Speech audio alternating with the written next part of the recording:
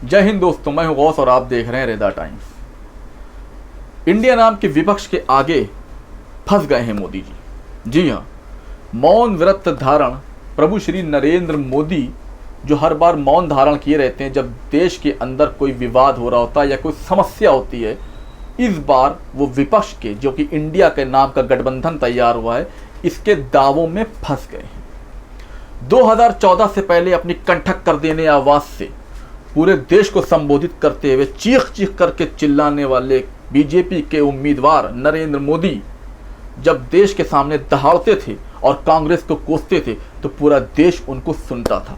और आज भी जब चुनाव करीब होते हैं और चुनाव के लिए बीजेपी के लिए और अपने लिए जब वो वोटों की अपील करते हैं तो सिंह की गर्जना से कम उनकी आवाज नहीं होती है दोस्तों। लेकिन मोदी जी देश के पहले ऐसे प्रधानमंत्री हैं जो देश के अंदर चल रहे समस्याओं और मुद्दों पर कभी बात नहीं करते, हमेशा मौन धारण कर लेते हैं। और यही वजह है कि इस बार विपक्ष ने, इंडिया नाम के विपक्ष ने इस बार नरेंद्र मोदी को और उनकी सरकार को फंसा लिया है। कैसे फंसा लिया है, आइए बात करते हैं। दोस्तों, मेरे चैनल पे अगर नए हो तो चैनल को टक से करके सब्सक्राइब कर दीजिए जिससे कि मेरी हर वीडियो आप तक पहुंच सके। और अगर नहीं किया ना तो मोदी जी से शिकायत कर दूंगा। दोस्तों, जब विपक्ष देश के चल रहे हालात पर मोदी जी से कोई सवाल करता है तो मोदी जी जवाब देने आते नहीं है। इसलिए इंडिया नाम के विपक्ष ने इस बार अविश्वास प्रस्ताव को लोकसभा में पास करवा लिया है। और अब 2 या 3 दिनों के अंदर ही संसद में, जी हां, नई लोकसभा के अंदर प्रधानमंत्री मोदी आपको बोलते नजर आएंगे। और वो मणिपुर पर, महिला पहलवानों पर, देश के और मुद्दों पर, महंगाई पर हो सकता है कि बोलें, क्योंकि विपक्ष ने उनके सामने कोई चारा छोड़ा नहीं है और अब हो सकता है उनको बोलना ही पड़े।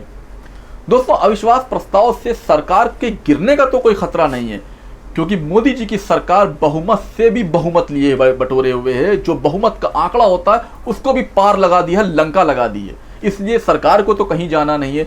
लेकिन मोदी जी को सवालों से बचना अब मुश्किल नजर आता है। और यही वजह है कि विपक्ष इस बार अपनी तेज धार तलवार लेकर के प्रधानमंत्री मोदी के समक्ष खड़ा होगा और उनसे पूछेगा कि देश के चल रहे हालातों पर आपकी क्या टिप्पणियां हैं। प्रभु, कभी तो बोल दिया करो। और अब प्रधानमंत्री मोदी को देश के सामने बोलना ही होगा। दोस्तों, प्रधानमंत्री मोदी और उनकी सरकार विपक्ष के इस दांव में फंस तो गई है, लेकिन ऐसा प्रतीत होता है कि प्रधानमंत्री मोदी कोई नया टोपी ड्रामा दिखाकर बच निकलेंगे। विपक्ष उनसे मणिपुर पर सवाल करेगा और प्रधानमंत्री मोदी धर्म का चश्मा लगा करके धर्म धर्म धर्म धर्म और सिर्फ धर्म की बात करेंगे। विपक्ष उनसे महिलाओं के अत्याचार पर बात करना चाहेगा। मोदी जी देश को 2025 में दुनिया की तीसरी इकोनॉमी बनाने का लॉलीपॉप दुनिया को पकड़ाएंगे।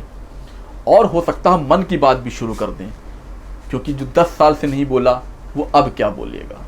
कोई सवालों का जवाब वो देने वाले सीधे तौर पे है नहीं। हालांकि विपक्ष ने उनको मजबूर कर दिया है कि वह नई लोकसभा में आकर के देश को संबोधित करें। प्रधानमंत्री मोदी हर बार देश की बात तो करते हैं, लेकिन ना उन्हें देश की परवाह है, ना उन्हें देशवासियों की परवाह है। क्योंकि अगर उन्हें देश और देशवासियों की परवाह होती तो वो मणिपुर को जलने ना देते, इतना बड़ा बवाल ना होने देते। और जब जो कि बवाल हो चुका है तो मणिपुर पर सख्त से सख्त कार्रवाई करते। दोस्तों, प्रधानमंत्री मोदी देश के लिए नहीं, सिर्फ अपनी कुर्सी के लिए काम कर रहे हैं। मोदी जी, आपको संसद में भेजने वाली यही जनता है, चाहे हाथरस की जनता हो, चाहे मणिपुर की जनता हो, चाहे वो महिला पहलवान जो दिल्ली में कई महीनों से धरती पर बैठे हैं, इनके घराने के लोग हों, या पूरा देश हो जिन्होंने आपको वोट देकर के संसद तक पहुंचाया था जहां आपको प्रधानमंत्री बनाया गया। अब इनका हक अदा करने का वक्त आ गया है। अब आपको इनके सवालों के जवाब देने पड़ेंगे और आपको बताना पड़ेगा कि आप आखिरकार मौन क्यों रहते हैं, क्यों आप सिर्फ अडानी और अंबानी के लिए बोलते हैं, क्यों आप सिर्फ देश की सत्ता को पाने के लिए चुनाव में बोलते हैं, क्यों आप किसी एक प्रेस कॉन्फ्रेंस में नहीं आते, क्यों आप सीधे जनता से संवाद नहीं करते। और जो मन की बात करते हैं वो भी मन ही की होती है, जनता के किसी काम की नहीं होती। क्यों महंगाई बढ़ रही है, क्यों आपके किसी भी वादे को आपने पूरा नहीं किया, क्यों देश को 10 सालों में आपने पीछे ढकेल दिया है, क्यों देश की तरक्की का वादा करने वाले आपने देश को और अंधकार में ढकेल दिया है, क्यों अंबानी और अडानी अमीर होते जा रहे हैं, क्यों देश की जनता लाचार और गरीब होती जा रही है, क्यों देश का नौजवान आज भुखमरी के कगार पर है, क्यों आपके 5 किलो अनाज के ऊपर वो जीवन बसर करे, क्यों वो आत्मनिर्भर नहीं है। इसके सवालों के जवाब आपको देना पड़ेंगे प्रधानमंत्री जी। दिल्ली के एक कार्यक्रम के दौरान प्रधानमंत्री बोले कि जो उन्होंने नई संसद बनवाई है, इस नई संसद को देख करके कौन सा ऐसा भारतीय होगा जिसका सर गौरव से ऊंचा नहीं होगा। बिल्कुल ठीक कहा आपने प्रधानमंत्री जी, हमारा भी सर उस नई संसद को देख करके सर गौरव से ऊंचा हुआ है। परंतु प्रधानमंत्री जी, मणिपुर की घटना को देखकर आपका सर शर्म से झुक जाना चाहिए, क्योंकि हम तमाम 140 करोड़ लोगों का, देश का सर शर्म से उस घटना को देख करके झुक गया है। ये वीडियो जरा देख लीजिए मोदी जी की, फिर आगे की बात। राजधानी दिल्ली में भी बीते वर्षों में जो निर्माण हुए हैं वो देश का गौरव बढ़ा रहे हैं। कौन भारतीय होगा जिसका सर देश की नई संसद देख करके ऊंचा नहीं होगा। दोस्तों, आपको याद होगा कि 4-5 दिन पहले मोदी जी ने एक प्रेस कॉन्फ्रेंस की थी मणिपुर को लेकर के। आए थे सर झुकाकर, सीधे से मासूम से बन करके, और कांग्रेस की शासित राज्यों को भी साथ में चाप दिया था और मणिपुर पर बोले थे कि मन में बहुत पीड़ा है। ये पीड़ा क्यों है आपके मन में? आपने कुछ किया ही नहीं तो पीड़ा तो होगी। मोदी जी को राजनीति बहुत अच्छी तरह से आती है। वो आज की नई पीढ़ी को सिखा रहे हैं, विपक्ष को सिखा रहे हैं कि हाउ टू डू पॉलिटिक्स, राजनीति कैसे की जाती है।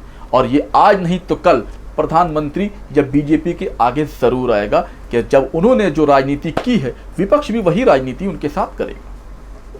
अच्छा दोस्तों, एक बार और, अभी 2024 आया नहीं है, चुनाव अभी हुए नहीं है, प्रधानमंत्री ने अपने आप को तीसरी बार पीएम कैंडिडेट भी बनाया, चुनाव भी लड़े और जिता भी लिया।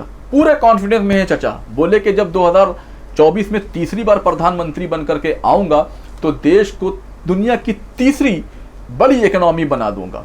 ऐसा लगता है कि जैसे देश में दुनिया की पहली 3 इकोनॉमीज में एक नाम भारत का होगा।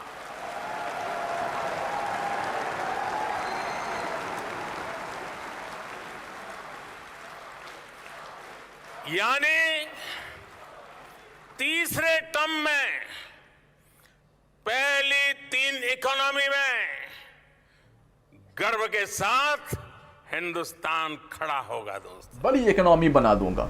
ऐसा लगता है कि जैसे देश ने मोदी जी से कर्जा खा रखा हो। मोदी जी जब भी चुनाव लड़ेंगे देश उनको चुनाव जिताएगा। देश के लिए करना कुछ नहीं है, बस देश से छाती पीट पीट कर वोट मांगना है, और देश है कि हर बार उनको वोट दे देता है। इस बार देगा कि नहीं देगा ये तो वक्त बताएगा। मोदी जी चुनाव के टाइम पे ऐसा कॉन्फिडेंस लाते हैं कि जैसे मान लो उन्होंने देश को कर्जा दे रखा हो। बोलते हैं मैं जीतूंगा ही जीतूंगा, जैसे लगता है देश उनका ऋणी है और वो अपना ऋण उतारने के लिए प्रधानमंत्री मोदी को वोट देगा ही देगा। खैर, नई संसद भवन में प्रधानमंत्री जी अविश्वास प्रस्ताव पर क्या बोलेंगे, इसके लिए वेट कीजिए। और हाँ, अगर मेरे चैनल पर नए हो तो चैनल को सब्सक्राइब कर लीजिए, क्योंकि अगर आपने सब्सक्राइब नहीं किया तो मैं इन्हीं प्रधानमंत्री से, जो कि मौन रहते हैं, से शिकायत कर दूंगा। मिलेंगे फिर किसी वीडियो में, जब तक के लिए दीजिए मुझे इजाज़त। जय हिंद।